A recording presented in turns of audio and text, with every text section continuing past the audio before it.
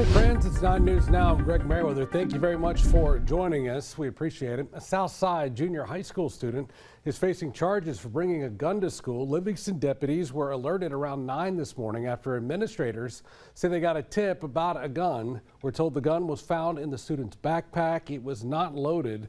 Investigators say no one was threatened. The student, though, is still in the Florida Parish's Juvenile Detention Center. Fire investigators say they've made an arrest in connection to a fire at this storage facility. Derek Torin is accused of stealing things and then setting the place on fire. This happened just before 11:30 last night at a storage building on South Choctaw, right there near North Flannery. Arson investigators say Torin was seen on security video walking away from the unit with smoke visible in the frame. We're told it caused about $250,000 in damages. Governor Jeff Landry is now pulling the curtain back, so to speak, on new efforts to crack down on violent crime right here in the capital city. This comes after the district attorney, Hiller Moore, asked for federal help. That's when Landry says he brought in agencies like DOJ, the FBI, and ATF, or at least invited them to come so they could help local and state law enforcement fight crime in Baton Rouge. Since April, federal agents say they've targeted gangs responsible for murders, drug trafficking, and robberies throughout the parish. This is what they say they found. Take a look at all that. 34 undercover operations in 4 very specific neighborhoods. More than 100 arrests, the seizure of more than 100 firearms, dozens of machine gun conversion devices, fentanyl and other dangerous drugs, and hundreds of thousands of dollars in cash. Agents believe this will translate to a safer city. The governor is giving the DA's office here more money to fill positions. By the way, Landry says he also wants to start an incentive program that rewards district attorneys who he says are serious about prosecuting crime. The state is debuting new absentee voting envelopes. The envelopes will be used for the October 11th elections. The Secretary of State says the redesigned ballot envelopes come with larger print, you can kind of see it there, and easier to read instructions.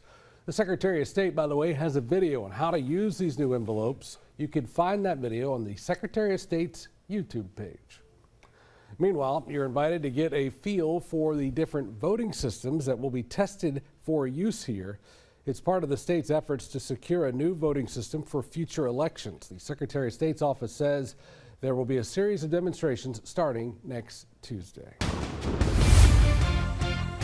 Let's get into your weather situation out there right now. Kind of a dark evening. Plenty of storms. Let's see what's in store for the next few hours. Hey, Steve. Hey, Greg. Yeah, another round of active storms for some of us today. As we give you a look at what's ahead, more storms in the forecast. In fact, rain chances trending a little bit higher. A weekend cool front. We use that word loosely, but could give us a break in the humidity and could be on our way to a new depression in the Atlantic. So let's talk about it all. Tonight, we do have that weak cool front approaching from the north. They're going to be crawling southward the next couple of days, and as it gets closer, that will enhance our rain chances. And then the question becomes, how far south does it get? We do think at some point some drier air starting to arrive over the weekend on into early next week. Updating the tropics, you can see Aaron, massive system off the east coast. Tropical wave behind it, now expected to become our next depression. And I'll tell you what, the one behind it already looks like it's kind of a depression, although the Hurricane Center not classifying it as such. In fact, that one given a 40% chance of development, but the one closer to the Lesser Antilles now 70% chance. Good news is it'll turn northward also. Bermuda going to have to watch it. That looks to be mostly it in terms of land impacts. The one behind it expected to hit more hostile conditions with time. All right, so checking in on Aaron tonight. Maximum winds 110 miles per hour as of 7 p.m. just shy of Category 3 status, now moving steadily off to the north. Could briefly become a Category 3 again. There's Bermuda, stays well north of Bermuda, so not going to be a problem, but it will generate some gusty winds along the U.S. East Coast, big surf, and some other issues as well. Now locally, got the high up to 95 tomorrow, another hot day, but rain chances at 60%, especially during the afternoon and evening hours, Greg.